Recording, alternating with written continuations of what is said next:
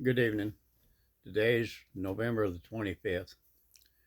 What I'm going to talk about today is our decisions. If you look at 2 Samuel 21, it discusses Saul and the sin of Saul, where in his zeal and with pride, he tried to wipe out the Gibeonites who had been given a part in Israel, although it was through deceit. When you look at Joshua 9:14 and 15, the Gibeonites deceived Israel into thinking they were from a distant land and made covenant to preserve them in keeping with the permission God gave Israel to enter into treaties with peoples outside the land of Canaan. The mistake here is that they did not go to God first and get direction on how to proceed. Instead, they took it upon themselves to accept what their eyes told them and became deceived about the truth of it, which, I repeat again, is a good lesson. We need to take everything we do to God first. Let Him guide us.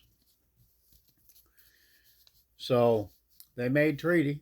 Well, Saul becomes king, and it's not long after he becomes king that his pride starts getting in the way, and he forgets about how and why he was chosen. So he rebels, starts doing things his own way, and through his pride and zeal, he tries to wipe out the Gibeonites so they won't have a part in Israel anymore, which he didn't manage, but he tried it.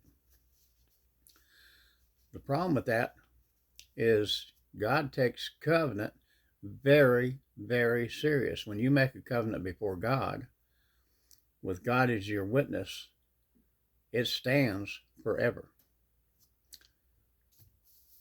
We have to understand that our decisions can affect not only us, but the generations to come after us. Disobedience doesn't have an expiration date. A broken promise does not disappear, and sin of a leader can affect entire generations. With Saul, his sin and its effect, even after his death, followed Israel and the kingdom when David was king because of the breaking of the covenant with the Gibeonites that Joshua had made. They wound up going through a famine. And David goes before the Lord and asks him, what's going on here? What's the problem? The Lord tells him that the problem is that Israel's under judgment because of Saul's breaking of that covenant and his decision to go outside of what was right. So David goes to the Gibeonites to see how they can correct this and make it right with them. I mean, you have to understand, this famine and the drought had been going on for 3 years. So he sought them, and they told him, said, give us,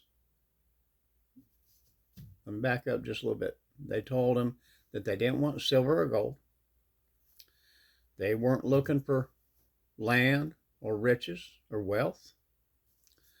But in order to restore the covenant, they asked for 7 of Saul's male descendants and said that, you give us these 7 and we're going to execute them and restore the covenant through God and make things right.